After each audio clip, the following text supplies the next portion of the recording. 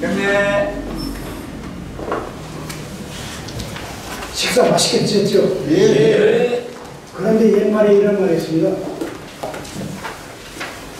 진수성찬을 차려놓고 밥을 먹는데 좀 속된 말로 말하면 껄쩍지근한 사람하고 같이 먹으면 밥맛이 없대요.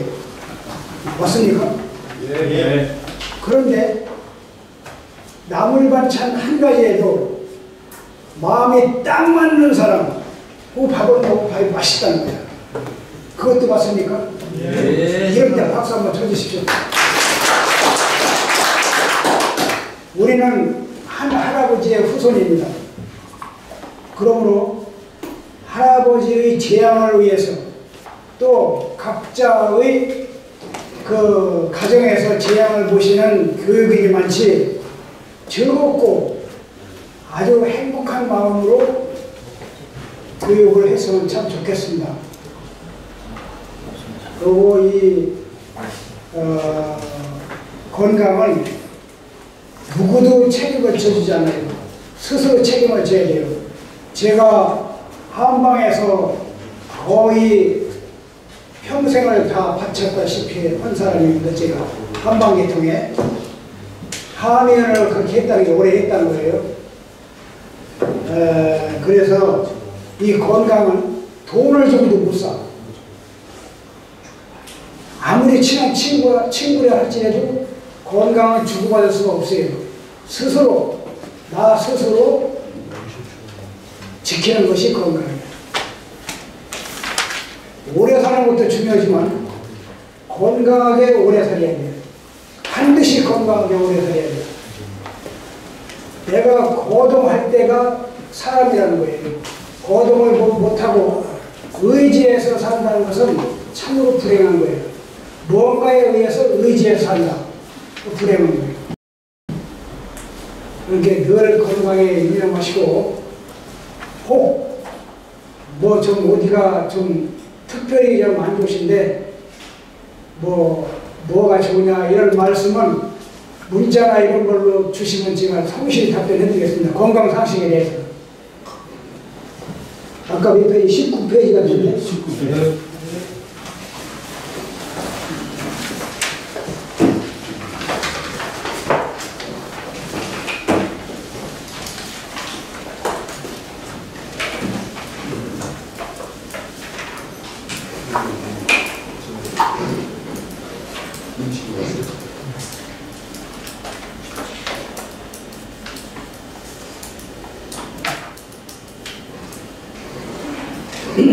이게 그 가흥신예에 들어가면은 재앙을 보실 때 분양 재배가 있고 내주 재배라는 게 있습니다.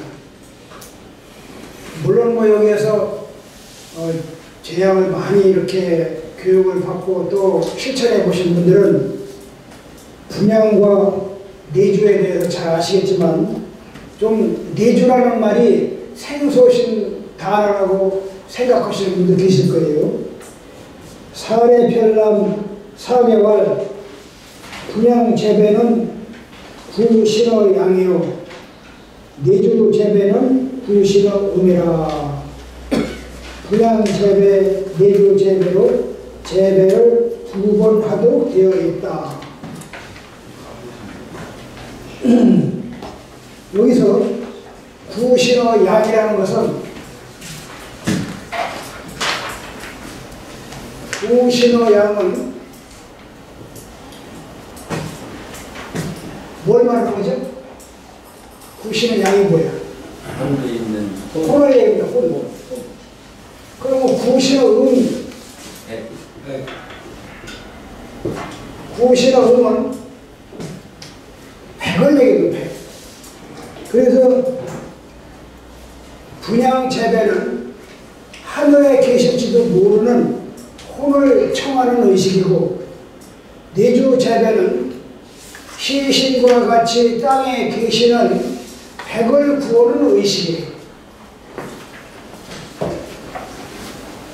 그래서 비로소 재앙 때는 혼과 백을 모셔서 재앙을 모시는 것이 예로 되어 있습니다. 율곡 선생은 말하기를 분양 강신, 내주 강신 합해서 한 번만 재배하고 참신의 재배자 다같이 재배하는 것도 무방하다라고 했어요. 이렇게 예설을 만드신 성현인들도 이렇게 틀려 각자. 이와 같이 분양만 하고 재배를 하지 않고 다음 순서인 내주까지 하고 난 뒤에 재배를 한 번만 하기도 하지만 이거를 잘못된 예라고 할 수는 없다. 따라서 분양예를 마쳤으면 혼을 모셨으므로 인사를 드리는 것이 맞을 것도 같고 내주예를 마쳤으면 백을 모셨으므로 인사를 드려야 하는 것이 이에 맞을 것으로 보이기 때문이다. 이렇게 기록이 되어 있어요. 아마 우리 척본사는 분양, 내주 다 한 다음에 재배를 합니다. 아마 여러분들 가정에도 거의 그렇게 하시지 않을까. 그런데 또 분양 재배하고 내주 재배를 그렇게 하시는 가정도 분명히 있어요. 이 중에는 강신 내주와 또 혼잡 죄주에 대해서 말씀드리겠습니다. 여러분 죄주에 대해서 그전부터 알고 계신 분 손 들어보세요. 예. 이거요 아시는 분 드물어요. 죄주가 뭐냐? 강신할 때 술을 바닥에 3번 모두 지우는 것은 구백어 지의 상징적 행위로 내주관지라 즉 내주라 하고 잔을 올릴 때마다 조금씩 3번 지우는 것은 조상님께서 술을 드시는 것을 상징하는 죄주이다. 이를 주석하면 내는 강신할 예고 죄는 땅에 제사 지날 죄이기 때문입니다. 예, 맞습니다. 일단은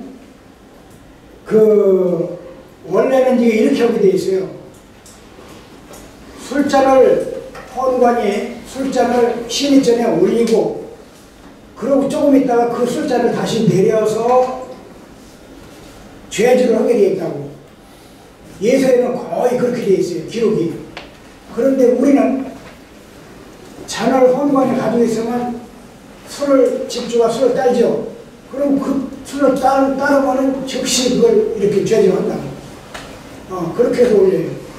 근데 원래는 그렇게 하지는 않고 잔을 일단 할아버지한테 드렸다가 그 잔을 다시 내려서 죄주를 한다. 예서에는 그렇게 되어 있습니다.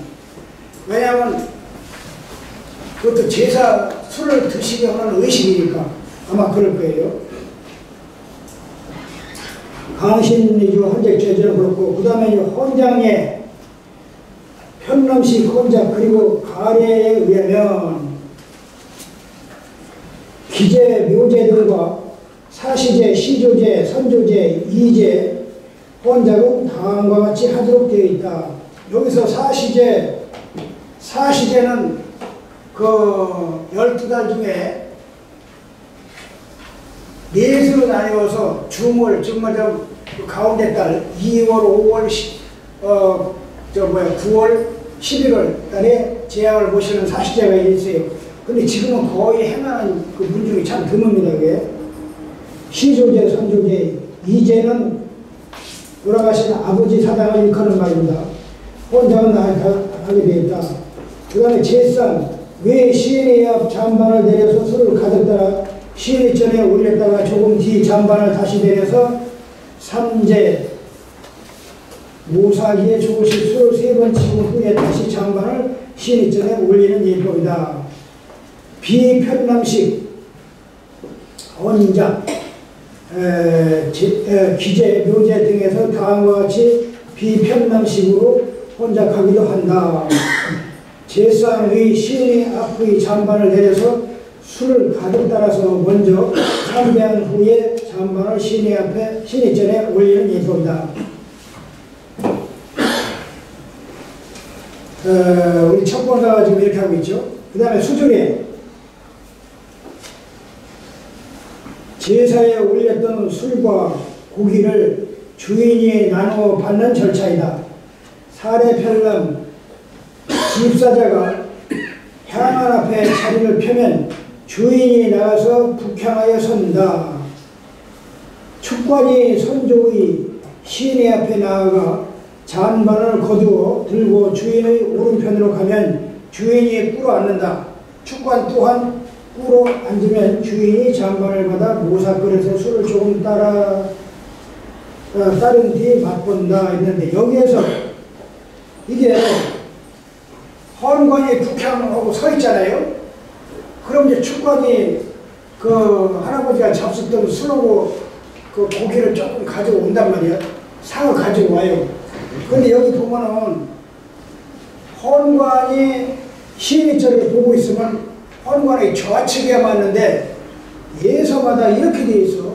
오른편으로 가라 했네. 오른편으로. 내가 이걸 하면서도 이 예서 이런 거 만들 적에는 내 나름대로 만드는 게 아니고 예서를 꼭 준용해서 만들고 인용해서 만들거든요. 한참 생각을 해도 이해가 잘 안 되는 대목이에요, 이게. 근데 그렇게 돼 있어요.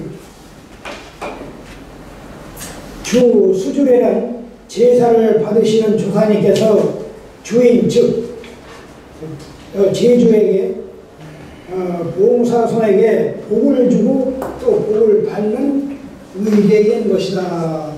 이렇게 했습니다. 근데 이 수주례를 이게 사실 따지고 보면은 상당히 중요한 거예요. 돌아가신 할아버지가 직접 줄 수는 없잖아. 그러니까 축관을 시키는 거예요.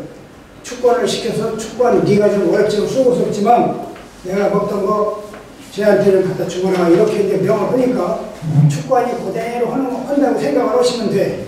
뭐 그렇게 말씀을 안 하셨겠지만은 우리가 통상적으로 생각을 그렇게 하면 된다 이 말이에요. 다음에 불충문.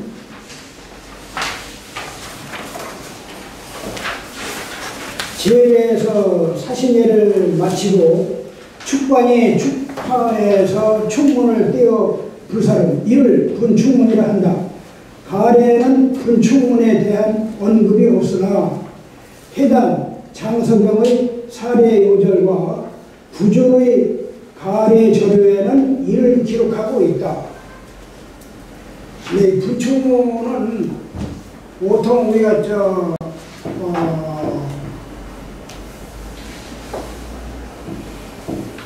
집에서 제양을 모실 때도 그렇지만 특히 큰 제양에서는 이것도 큰 행사 중에 하나의 행사예요.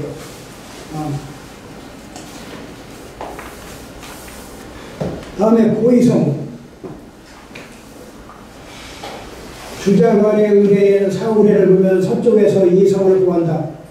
이를 부연하면 이는 받든과 같다. 성은 마침이다. 받드는 예를 마쳤음을 말한다. 즉 예기 사후례에서는 이를 동행하다의 뜻으로 해석하고 있다. 따라서 이성이란 초는 서양하여 쓰고 축은 동양하여 서서 축이 이성을 구하는 것을 말한다.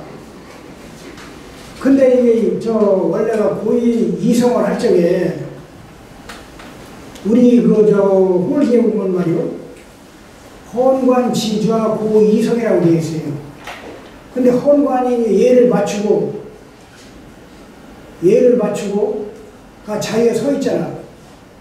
그런데 여기에는 어떻게 했냐면은 축관은 동양에 쓰고 서양에 쓰고 동양하고 그 다음에 헌관은 서쪽을 바라보고 서서 서로 마주보고 고의성을 하라고 되어 있어요.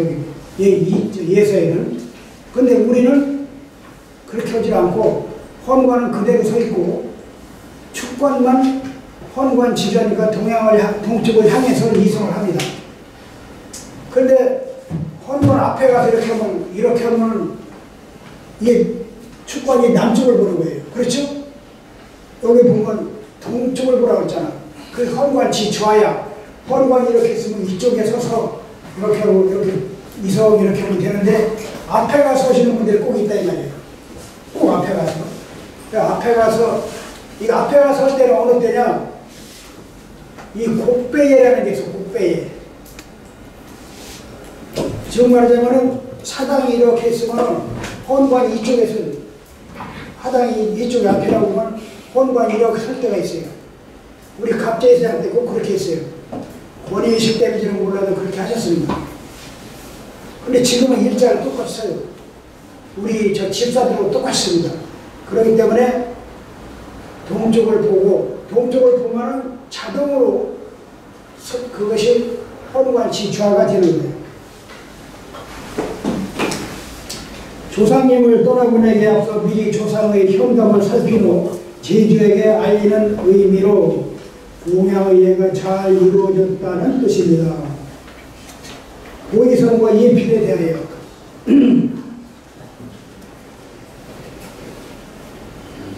원래 한자의 의미 그대로 고의성은 공양을 마쳤다는 의미이고 예필은 모든 제의 의뢰를 마쳤다는 의미입니다. 원칙적으로는 신동이 있으면 고의성이라 하고 신동이 없으면 예필이라 한다라고 하였다. 어디에? 한국인생 의례사전에 그렇게 기록되어 있습니다. 옛날에는 시동을 꼭 안 치고 제양을 모셨나봐요. 저도 또 보지는 못했습니다만은. 그래서 그 시동을 안 치고서 시동을 조상신으로 이제 간주를 하고 앉힌 거야. 그러고서 제양을 모실 적에는 고의성이라고 하고 시동이 없으면 예필이라고 했다 이 말이죠. 그 밑에 시동이 나오잖아요. 시동. 삼국시대에는 시동이라고 하여 6살이나 7살 된 아이를 신의로 앉히고 제사를 지냈는데 나무로 만든 신주로 대신했고, 그전에는 그렇게 했는데 그 후에는 신주로 대신했고, 밤나무로 만든, 나무로 만든 작품, 현재 지금에 와서는 밤나무로 주조를 하지 않고 백지를 목조와 같이 접어서 글씨를 써서 신의로 모시는데, 이것이 가주, 즉 임시로 만든 신주, 즉 지방이라 한다. 그 지금들은 거의가 다 지방이잖아요. 각 가정에서는. 그렇죠?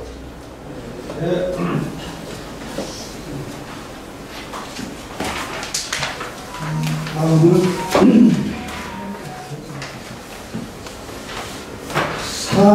태계선생 1502년, 1570년 태계선생과 이성이란 이는 양야요 성은 필연이 고기, 요거 잘 들으세요. 고기양 신예성이 금속에 피휘하여 개칭 예성이라. 요게 사례편남에 이렇게 기록이 되어 있습니다. 그래서 요거를 제가 잘 해석을 해드릴게요. 고기양신 예성이, 요건 무슨 말이냐면은 그 신이를, 그 신이라, 여기 신이라 조상님을 얘기합니다. 조상님을 봉양하는 예를, 성자는 아까 마침이라고 했잖아요.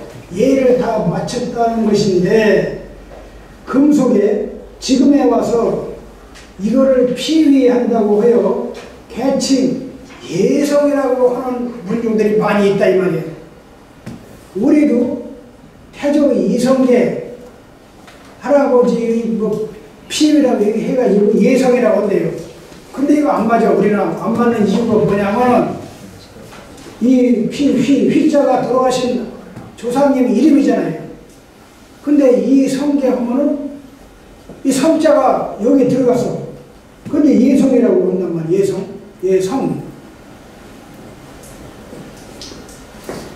피라는 것은 이름자가 들어간 거를, 그 이름자를 피해서 한다 이 말이에요. 그 사용을 한다. 그 제양을 잡수시는 조상님의 봉양의 예가 다 예를 마쳤다 하는 것인데, 그것을 피해한다는 핑계로 예성으로 고쳐서 예성으로 치면 돼 이 말이에요. 예성으로. 4개월 상제엔 서양구하고 김제엔 동양군이라. 이성을 할 때, 이성이라고 할 때 정말 졸국제 전에는 서쪽을 향하고 이성을 하고, 졸국 제사가 끝난 다음부터는 동쪽을 보고 이성을 한다 이런 말입니다. 참고로 우리 청권사 제양 홀기 중에 헌관 지자 고 이성을, 헌관은 서양하고 축관은 동양하여 서로 마주보고 고이성 할 수는 없을까라고 제가 여기다가 주로 다뤄봤습니다. 다음 운동례. 제사를 끝낸 뒤 참여했던 후손이 신에게 올렸던 술이나 그 밖의 제물을 먹는 의식을 말한다. 음복이란 복을 마신다는 뜻으로 조상신이 흠양하셨던 제물을 먹음으로써 그 복덕을 물려받는다는 주술적 의미가 가장 강한 의례 중에 하나이다. 일단은 집안에서도 옛날부터 보면은 제양을 모시고 나면은 음복이라고 해서 조상님이 잡수던 음식이라고 해서 복을 의미했거든, 복을.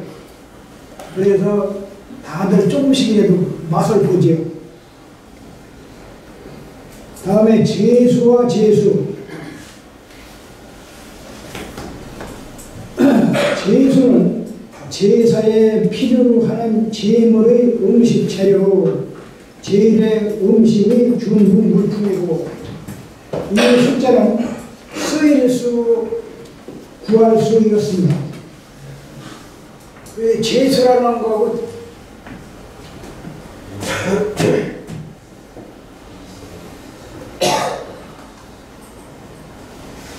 이 제숫자를 얘기하는 거예요. 이거는 이게 쓰일 숫자예요. 그래서 시장 가서 물품을 사고 뭘 준비하고 이럴 때는 제수 준비라고 해요. 그건 제수 준비. 그러고서 우리가 서수 공신할 적에 충분히 나오잖아요. 서수 공신인가? 그렇죠.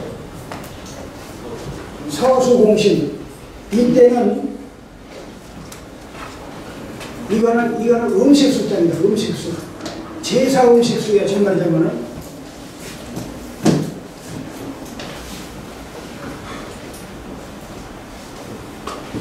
이렇게 되어 있죠. 일단은 지금 나중에 쓴 글자는 제상에 올라가는 음식은 무조건 저글자를 써야 돼. 저글자를 써야 돼. 그 제수와 제수. 제수는 조리된 제사 음식으로 구임을 하여 제사상에 진설된 제대 음식물을 말한다. 그 다음에 훈배. 인간은 태어날 때 하늘에서 양기에는 혼을 받고 땅에서 음식인 100일마다 태어난다 한다. 그러므로 혼은 정신적인 일을 하고 백은 육체적인 일을 한다 하며, 살아있을 때는 혼과 백이 합쳐져 하나이지만 사람이 죽으면 혼은 몸을 빠져나와 신주 안에서 머물다가 곧 하늘로 올라가 신이 되어 신주를 왕래하고, 백은 인간의 사회도 땅속에 사는 존재로 유지에 붙은 시신과 함께 땅으로 들어가 괴가 되는데, 제사 때는 혼과 백을 함께 모셔야 하므로 천지인 즉 하늘과 땅과 조상신에게 아리는 삼상향을 행한 향로의 연기가 하늘로 올라가 혼을 모시고 오고, 내주적 술을 땅을 상징하는 모사기의 상관어지상의 의례를 통해 땅속으로 들어가 백을 모셔온다는 것입니다. 제사를 지낼 때는 혼과 백을 함께 모셔야 된다는 얘기인데, 우리가 이 살아있는 사람이 혼과 백이 우리 몸속에 들어있다는 얘기인데, 여기서는 그래서 어머니 뱃속에서 응애하고 나올 때 이미 혼과 백을 내 몸에다 싣고 나오는 거예요. 그래서 흔히들 말할 적에 저 사람 혼나갔다. 또는 뭐 혼비 백산됐다. 이런 얘기들이 나오잖아요. 그래서 우리 몸에 혼과 백이 함께 하고 있다. 그래서 혼이라는 것은 정신적, 백이라는 것은 육체적, 이렇게 분류해서 우리 몸을 움직이고 있는데, 사람이 죽으면 이게 우리 몸을 빠져나온다 이 말이야. 나와서 혼은 하늘로 가고 백은 시신을 따라서 땅으로 간다. 그러므로 이거를 죽음이라고 한다 이 말이죠. 그 다음에 밑에 보면 또 혼백이라는 또 혼백. 위에도 혼백, 밑에도 혼백이죠. 혼백은 나무로 만든 인형의 일종인 중에서 이거 만드는 거예요. 이 사람이 비롯되었다. 가래에 따르면 옛날에는 나무를 깎아 중을 만들어서 실용을 주장하였다. 지금도 그 법식이 있으나 사민, 양반과 평민의 집에서는 알지 못한다. 그래서 비단을 묶어서 신을 의탁하여 혼백이라고 하니 이것 또한 길례의 남은 뜻이다 라고 했으며, 이게 신주를 만들면 중을 매달아 두고 주나라에는 신주를 만들면 중을 없앤다 라고 했어요. 대부로서 신주가 없는 자는 이 비단을 묶어서 신주 의탁한다. 이게 사람이 죽으면은 맨 먼저 입고 계신, 돌아가신 조상님이 입고 계시던 우도설 가지고 지붕 위로, 옛날에 뭐 지붕에 올라가서 그걸 막 이렇게 빙빙 돌려서 혼백을 거기서 이제 다른 데로 가시지 말고 일로 오시라는 거예요, 정말로. 그래서 거기에 이제 의탁을 한다 이 말이죠. 덧붙이고 있다.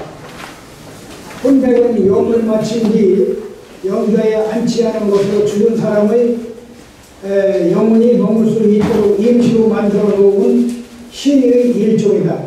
가래에 따르면 신주를 만들어 왕자의 혼을 완전히 의탁시키기까지 세 단계를 거치면서 각각 다른 물체로 혼을 대신하도록 한다.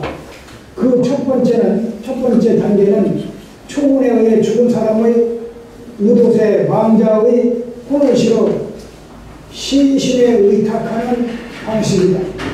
유기적 관념에 따르면 인간은 정신을 이루는 혼과 육체를 이루는 백으로 이루어졌고, 혼과 백이 결합해야만 생명이 유지되며 혼백이 분류된 것은 죽음을 뜻한다고 여겼다. 또 인간이 죽으면 정신을 이루는 혼은 하늘로 올라가고 육체를 이루는 혼은 지상에서 머무른다. 이때 하늘로 올라간 혼을 지상에 머무르게 하기 위해 초혼 의식을 치른다라고 했다. 두 번째 단계는 영. 우리가 사람이 죽으면 영한다고 그러죠. 이게 습인데 염할 습자입니다. 이를 거행하고 혼백을 만들어 왕자의 혼을 의탁한 후 이 명종을 세우는 방식이다. 이로써 혼령은 의부에서 혼백으로 옮겨오게 된다. 세 번째 단계는 시신을 매장한 후 신주를 만들어 왕자의 혼을 의탁시키는 방식이다. 신주는 발인 전에 미리 만들어 혼백과 함께 장직을 가져가는데 아직 왕자의 혼이 혼백에 머물러 있는 상태이기 때문에 신주는 상자에 넣어서 혼백기에 안치한다. 장지에 도착하며 영자를 성취하고 혼백에 머물러 있는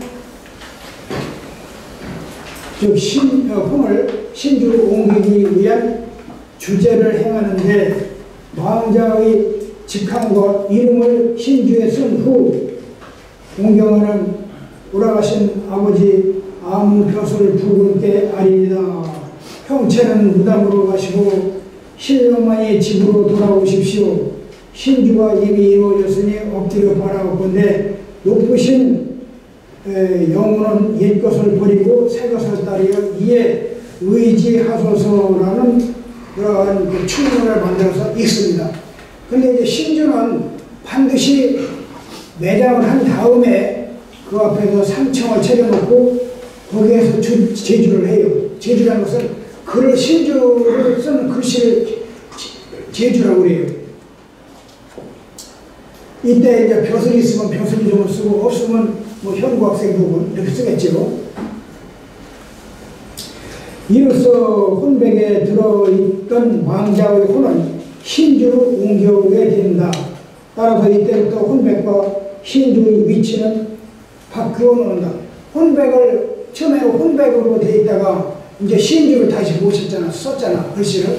그래서 이제 자리 이동을 하시는 거예요. 신주가, 신이, 조상신이 혼백에 머물러 계시다가 신주로 다 이제 오시는 거죠. 정말이냐면. 즉 발인 때와 달리 제주 전부터는 신주를 앞에 두고 혼백을 뒤에 두는 것이다. 제주전을 마치고 제주전은 이제 신주를 모시는 걸 제주전이라고 해요. 글씨 쓴 후에 신주와 혼백을 가지고 집으로 돌아온 후 영좌에 신주와 혼백을 안치할 때도 신주를 혼백의 앞에 두고 이제 우제를 거행한다. 우제는 돌아가신 첫날이 우제고 그 다음 날이 뭐예요? 제우제. 그 다음 날이 사무제. 그 사무제를 모시고 요즘은 그 사무제의 뭐 탑승원이 있고 또 불교식에 따르면 49제라고 해서 일명 70제라고 해요. 일주일마다 제양을 모시는 거예요. 저에서는 77제, 49제. 가례와 사리편lem에 따르면 우제를 지내고 나면 혼백을 깨끗한 곳에 묻는다고 했다. 실제 관행에서는 태우거나 빈수 옆에 묻기도 한다. 또 신주를 만들지 않는 집에서는 3년상이 끝날 때까지 혼백을 그대로 사용하는 집안도 있다.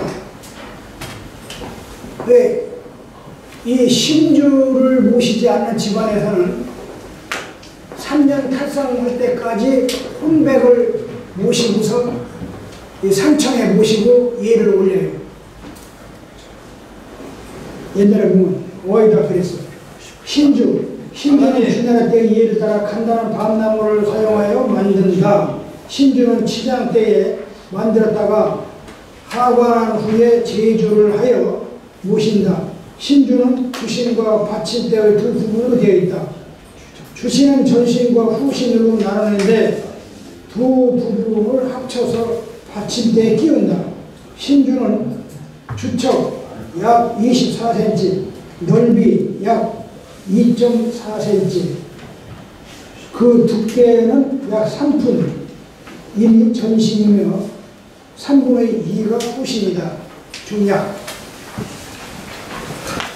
제주나 신주는 비단으로 만든 덮개, 이걸 도라고 해요. 도, 도자가 간추 도자인데 및 깔개 자자와 함께 흡치를 한 주독이나 양창독의 저 사당의 감실에 안치하며 차례 기제 때에는 신주를 내어 모시고 제사를 지낸다. 이 신주 그 원칙적으로 신주 만드는 거는 이게 상당히 좀 깨까다로워요. 그래서 웬만한 그 사당에 가면은 신주보다는 위패를 모신 사당이 더 많아요. 위패를. 근데 위패하고 이 신주 좀 차이가 있잖아요. 신주는 오로지 하나만 있고 존재하고 위패는 여기저기다 모실 수가 있어요. 뭐 사원에도 모실 수 있고 사당에도 모실 수 있고 여러 개가 있다고. 위패는 단나무로 만든다. 신주와 비슷하지만 단순히 한 토막의 모판에 보일의 관직, 시우, 아오 등을 쓰는 것이다. 위패는 동의 예물에 대하여 공신당, 향교, 서원 명령을 제사하고 인재를 키우기 위해 세운 사설기관 등 여러 곳의 숭배의 위패를 모실 수 있다. 이것이 가면에 모시는 신주와 다른 점이다. 가면이라는 것은 사당을 얘기합니다. 지방이라는 규제사나 차릴 때의 흰 종이에 지방문을 작성하여 만든 신주이다. 사당을 짓고 신주를 만드는 것은 원칙적으로 한 가래에는 지방에 대한 규정이 없지만 가래 유주, 운문에 대한 주에 형의 집에는 신주를 설치하지만 동생은 신주를 세우지 못하니 다만 제사 지낼 때에 즉시 신의를 설치하되 지방으로 신의마다 표기하고 제사를 마치면 불사른다고 하여 지방의 사용 사례가 처음으로 보인다. 이 지방이 이때에 처음 아마 등장을 한 것 같아요. 여기 보면 신주는 꼭 장손만이 신주를 모셨어. 그런데 차손이 멀리 있거나 이런 경우는 재앙이 올 수가 없잖아. 그러니까 제사를 모시고 싶은데 방법이 없으니까 이때 바로 지방을 만들었던 것 같아요. 옛날에.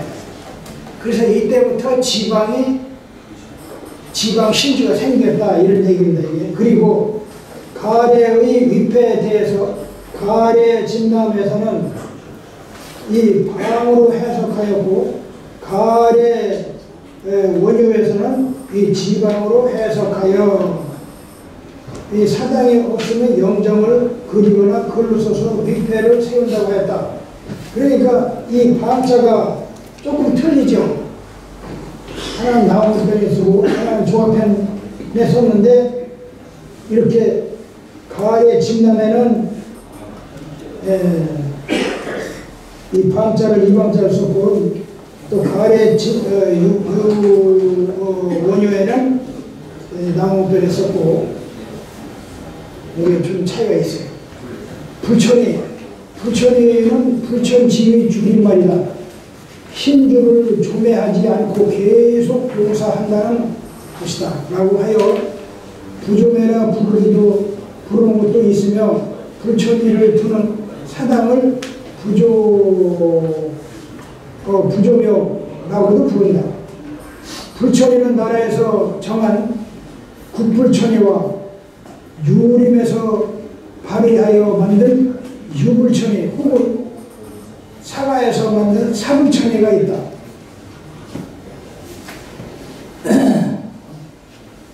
일반적으로 유림 불천이보다는 국불천이가 더 권위가 있는 것으로 알려져 있습니다. 불천이는 그 자손들이 있는 한 분류와는 별도로 사당의 신의를 모시고 제사를 지낸다. 이러한 제사를 불천이 제사 혹은 불천이 대제라고도 한다. 조상의 제사는 4대까지만 봉사하고 사당에서는 4대까지만 봉사한다는 얘기예요.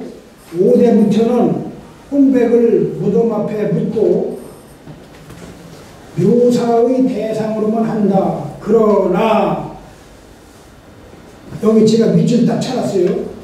불천이는 계속하여 신의를 사당에 모시고 기제사는 물론 묘제나 시제를 지낸다는 점에서 특징이 있다. 그 점에 특징이 있다. 가문에 따라서는 불천이에 대한 기제사만 지내기도 한다.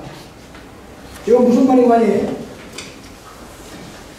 불천이를 모시는 집안에서 집안에서는 다 그렇진 않지만 묘제를 안 지내는 집안도 있나 봐요. 그런데 원칙적으로 예사에는 이렇게 기록이 되어 있습니다. 이건 제가 만든 게 아니고 인용해서 만드는 거예요. 불천이는 계속하여 신의를 사당에 모시고 기제사는 물론 묘제나 시제를 지내는 점에 특징이 있다라고 이렇게 기술을 했습니다. 그러니까 묘제도 함께 모신다는 거예요. 묘제. 사당제만 모시는 게 아니라 묘제도 모신다. 우리가 이 8일날 8일날 재앙을 모시러 간다고 하잖아요. 아까 이사님이 태종대왕. 거기는 기신제를 묘에 가서 모시고, 그 기신제예요. 우리도 홍릉재앙, 원릉재앙, 기신제를 묘전에 가서 모십니다. 일명 묘전이 되는 거예요.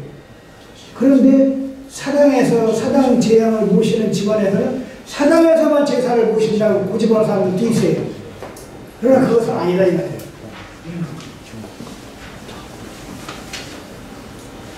사당에서 우리 저 옛날 왕건도 보면은 종묘에 가면은 거기 신주가 쫙 모시져 있어요. 옛날에는 거기서 사계절 1년에 4번씩 제약을 모셨어요. 옛날에는. 그러다가 한 번씩 모시다가 요 근래에는 또 춘추 2번 모시죠. 사당 제약. 그 대신에 묘에 가서 또 묘자를 모시죠. 불천이 제사는 불천이로 정해진 뒤 3년째부터 지내는 것이 원칙이다. 이 불천이가 됐다고 해서 이 불천이 제사를 계속 시점부터 모시는 것이 아니고 3년 뒤부터 제약을 모신다는 거죠. 제사의 절차는 가문에 따라 다를 수도 있으나 기제사의 절차에 준하는 것으로 것이 보통이다. 다만 불천의 제사는 지방의 유림이나 유지들이 참여하기 때문에 종손이 주제를 하되 문주뿐 아니라 유림에서도 제관이 선정된다는 점에서 다르다. 여기 지금이니까 그렇지 옛날에는 이 유림이 막 한참 적을 때는 유림에서도 우리 대군 할아버지 같은 경우에도 옛날에는 유림에서 많이 오셨나 봐요. 왜냐 우리 대군 할아버지가 기양서원이라고 혹시 아시는 분 여기 몇 분 계실 거예요 아마. 기양서원. 기양서원에 그 유림에서 만든 기양서원에 우리 할아버지하고 양양대군 할아버지하고 신주를 거기다 모셨었어요.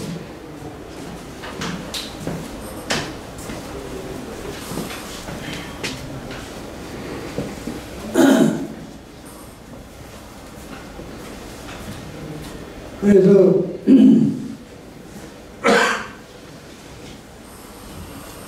이 기양서원에 모셨는데 그 기양서원이 어느 날 갑자기 증발이 됐어요. 없어졌어요. 요즘은 서원 찾기가 거리 쉽지가 않아요. 아주 드물어. 많이 없어진 거예요, 증발하면. 근데 우리 할아버지를 모셨던 그 기양서원도 역시 그와 같이 이렇게 없어졌습니다. 지금 자리는 찾았습니다. 기양서원 자리. 네, 그렇죠. 네.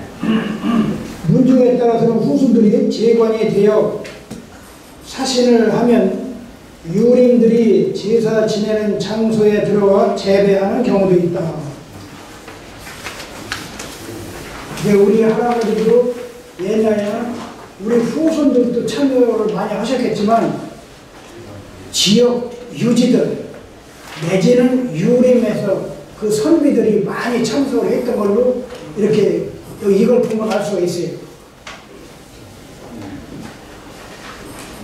지금이니까 우리 대군 할아버지가 이렇게 우리 후손들만 모여서 재앙을 모시고 이렇게 칭송하지 옛날에는 우리 할아버지가 정말 대단하셨어요.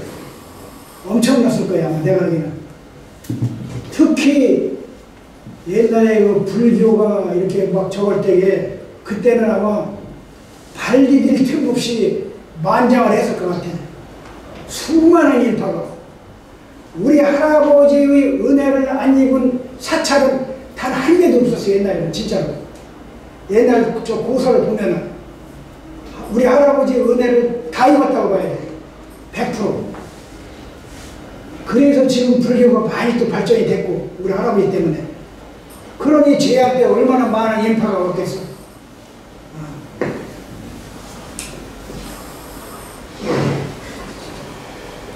불천에 그에 대한 제사는 국가나 유림 군중에서 정하는 공운이 있는 훌륭한 사람에 대한 예의이기 때문에 훌륭한 조상은 살아있을 때의 지위에 따라 죽어서도 특별 대우를 받게 된다.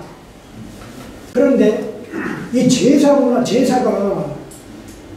이게 참 중요한 게 뭐냐면 우리는 정말로 이거 참 자부심을 가져야 돼요. 이와 같이 훌륭한 우리 할아버지 후손이다라는 것을 늘 머릿속에 간직해야 돼요. 우리 할아버지는 남한테 평생을 살면서 싫은 소리 단 요만큼도 안 하셨을 것 같아요. 내가 볼 때. 모두가 용서하고 잘못된 점을 웬만하면 혼내키잖아. 사람을 혼내키는 게 아니라 훈계를 하셨을 것 같아. 이러느라 이거는 이렇게 하는 것이 아니라 이렇게 하는 거야. 그거 깨트리면 되겠냐. 이렇게 조심을 하고 이렇게 타이랬지. 뭐 매를 들거나 막말을 하거나 이런 말은 한 번도 안 했을 것 같아. 내가 볼 때. 또한 주부님의 생존 시 업적이나 지위에 대한 평가를 받는다는 점에서 단순한 조상 숭배가 아니고 기념하거나 추도된다는 성격을 지닌다. 불천이를 모시고 있는 문중의 입장에서 보면 조정이나 유림에서 봉사할 만한 위대한 선조를 가졌다는 영예가 주어지기 때문에 문중 상원들의 단결과 동질감을 강화시켜줄 뿐만 아니라 위세와 우월감을 조장시켜 주기도 한다. 그래서 불처리가 있는 문중에서는 명조를 두었다는 점을 자랑으로 삼는다.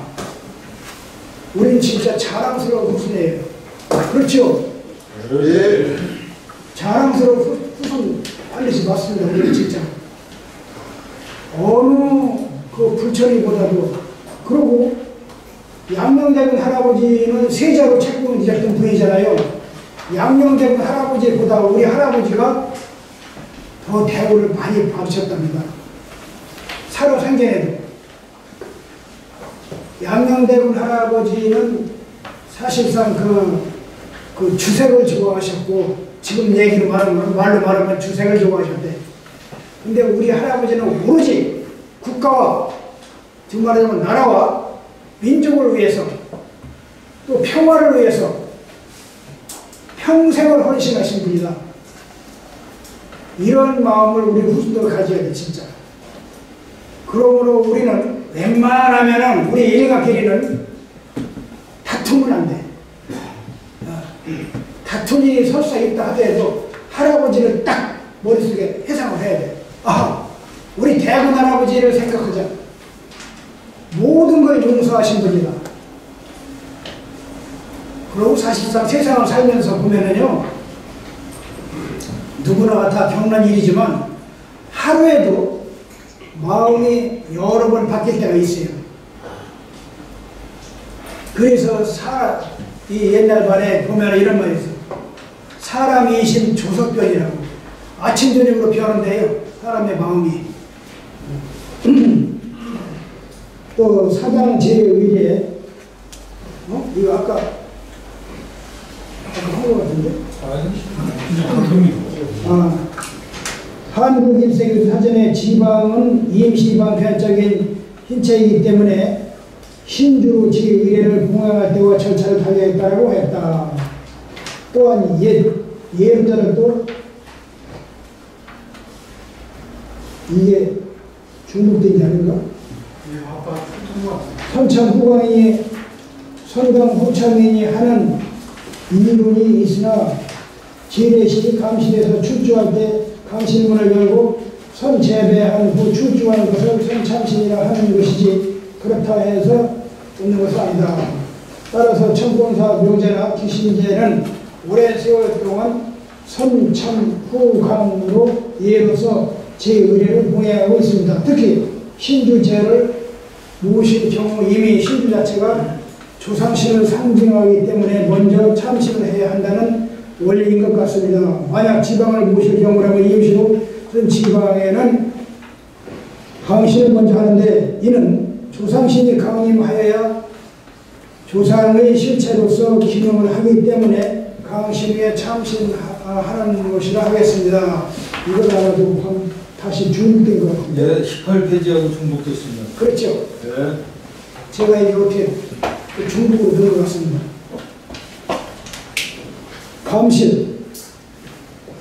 감실은 이서, 위상, 송목지서 이 두 가지가 있습니다. 신상이나 초월적 존재의 신체를 모셔두는 신성한 공간이자 시설로 유교에서 감실은 기지사회의 대상이 되는 조상의 신주를 주덕에 모셔두는 시설물이다. 예기에 최존의 신의를 북단에 남양하여 모시고 그 좌측 즉 동쪽에 2대 3대를 모시어 소라하고 우측인 서쪽에 1대 3대를 모시어 목이라 하되 모두 남양하였다. 이를 소목지서라 하고 가을에서는 사대부 집에서 사당에 4대 신주를 일렬로 열양하여 모시는 것을 원칙으로 했다. 이를 이서외상이라고 한다. 그 소목지서는 가장 밑에 조상을 가운데 모시고 양쪽으로 짝수, 뿔수 이렇게 모시는 거예요. 그 다음에 이서외상은 밑에 조상을 서쪽부터 시작해서 쭉 동쪽 오면서 모시는 것을 이서외상이라고 합니다. 감실의 규모는 봉사하는 대수에 따라서 차이가 있게 마련이다. 불천이와 사대조를 모시기 위한 5칸 형태의 감실 그리고 사대조를 모시기 위한 4칸 형태의 감실이 어느 정도 일반적이다. 불천이만을 모시기 위한 1칸의 형태의 감실 그 밖에 불천이와 다른 조상을 함께 모시는 2칸 형태의 감실도 있다. 사당에 없는 경우에 감실을 설치하기도 한다. 경제적으로 사당 건립이 어렵거나 감실업은 제조를 소실하여 새로 만드는 경우가 이에 해당된다. 이때는 후손들이 사랑하는 살림체의 대청이나 사랑방의 한쪽에 감실을 설치한다. 이처럼 사당에 없는 벽에 설치한 감실을 벽감이라고 한다. 감실은 신주와 함께 조선시대 조상제사를 정착시키는 데 결정적인 역할을 하였으며 신주를 모신 정말 주덕 신주를 모셔두는 비를 말합니다. 보관하는 공간이자 시설이다. 주덕에 모신 신주를 다시 감실에 보관하여 모신다는 점에서 신주의 중요성이 얼마나 컸는지 또한 조상신의 성향이 얼마나 조용하고 안은한 곳을 좋아하는지를 알 수 있다. 그리고 조상을 모시는 감실 규모와 형태를 통해서 가문의 위상과 경제적 규모 등을 추정해 볼 수 있다고 했다. 다음은 계독 절차. 계독을 해보신 분들도 많이 있죠. 축구하신 분들은 계독을 해보셨고 안 하신 분들은 잘 모르고 진례의 차원에 따라 축구는 사당의 동문으로 들어가 먼저 촛불을 밝히고 촛불을 밝히기 전에 사당 앞에 가서 음례를 하기로 이렇게 우리 청구사는 그렇게 결정이 되어 있습니다. 촛불을 밝히고 감실의 외문을 열고 계독한 다음에 서문으로 나와 찬인의 인도로 자리로 돌아간다. 이때 신의 앞을 지날 때는 약간 예를 표한다. 다음은 벌명과 질명. 벌명과 질문에 대해 시간은 의견이 분분해 아직도 정설이 없다. 역설적으로 시간을 나타내는 분명한 말이 있는데 왜 굳이 벌명과 질명으로 따로 나타낸 이유에서 찾을 수 있다는 반증이다. 명으로 시간을 나타내는 말은 벌명, 질명, 미명, 여명 등이 있다. 그러니까 이 벌명이라는 것은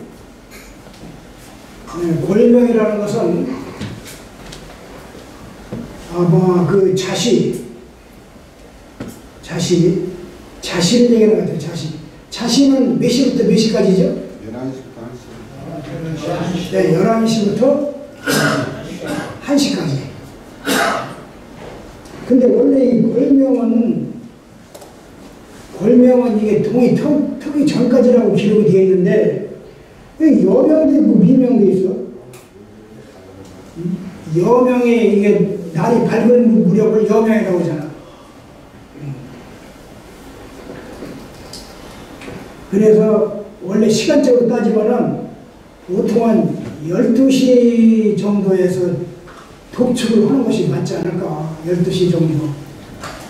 그러고 늦어도 새벽 한 5시 전까지는 제약을 마치게 하는 것이 좋지 않을까. 이렇게 제 나름대로 생각을 해봅니다.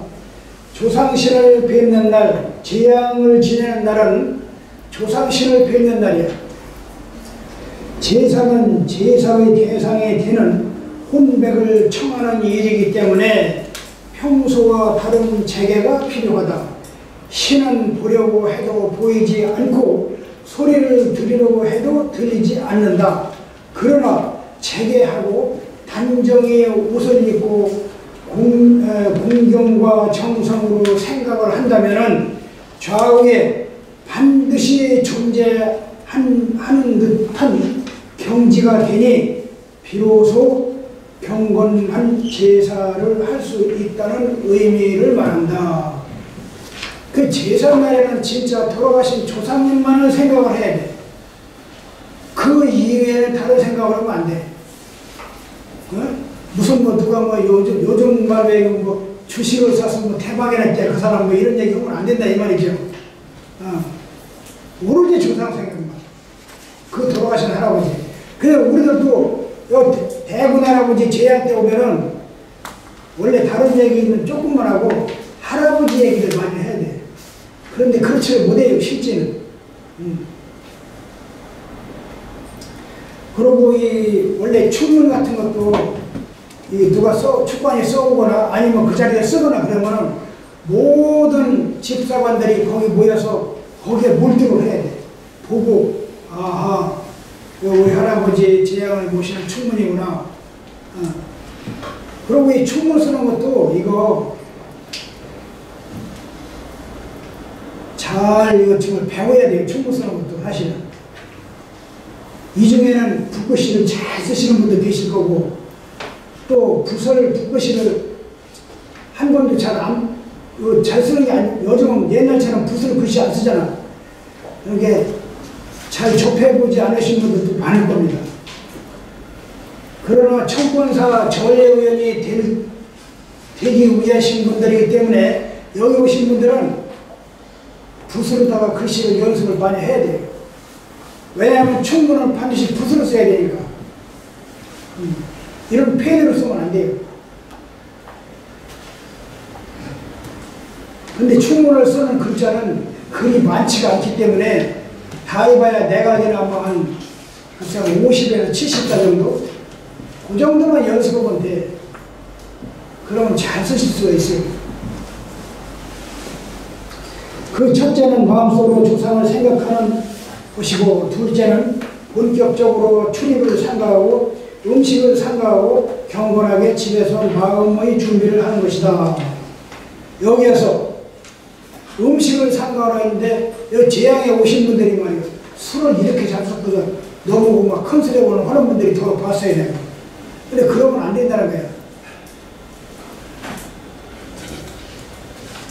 시간 됐습니다. 질문 좀 받으세요. 네? 질문 좀 받아요. 아 잠깐만요. 아유 시간 너무 없어요. 지났어요. 네? 지났어. 이 교재가 지금 120페이지가 넘어요. 페이지 수가. 그런데 요거 제사 예절은 사실 이거 빨리빨리 갈 수가 있는데 이 뒤에는 빨리빨리 갈 수가 없어요. 그래서 제가 빨리빨리 하는 거예요, 이걸. 그리고 여기 제사 예절은 제사를 지내는데 필요한 하나의 요점들이고 뒤로 넘어갈수록 이제 진짜 본격적으로 제양에 이제 실천하는 몸으로 행동하는 거예요, 전부가 다. 그래서 시간이 많이 걸려요. 그래서 여기 이사님이 질문을 받는 것이 어떠냐. 좀 시간을 갖고. 근데 질문은 혹시 궁금한 거 있으면 메모지에 써서 여기다 갖다 놓으세요. 제가 빨리빨리 답변해 드릴 테니까.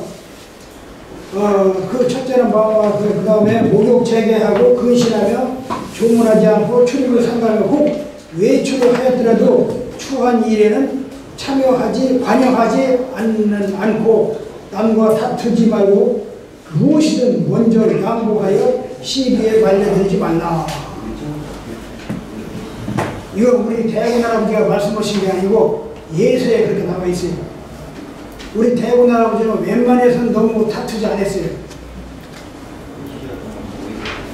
이 다투면은 내 마음이 먼저 상처를 받기 때문에 거기서 스트레스라는 게 생겨요. 스트레스가 뭐죠? 만병의 어머니예요. 만병의 어머니. 특히 제사 음식의 청결은 재계의 중요한 내용 중 하나다. 제례에 참여하는 사람은 술과 고기 등을 삼가하는 동시에 제사에 올릴 음식을 지극정성으로 마련해야 한다. 제사를 지내기 전에는 제수를 먼저 먹는 일이 없도록 삼가해야 한다. 원래 옛날에 보면 제사 음식은 말이에요. 따로 별도로 만들어 잘 모셔놓고 뿌시 없지만 찌꺼기들은 애들한테 줬어요. 그렇죠? 이제 우리 청공사도 지금 그러잖아요. 공정을 다, 고임새를, 공정이란 말하고 원래 없어요. 고임새를 다 해놓고, 이제 나머지 뭐 기름밭이라고, 일본말로 기름밭이라고 그러고, 우리나라는 우리말로 뭐라고 해요? 짜투리. 나무, 그거를 이렇게 좀 잡숫적으로.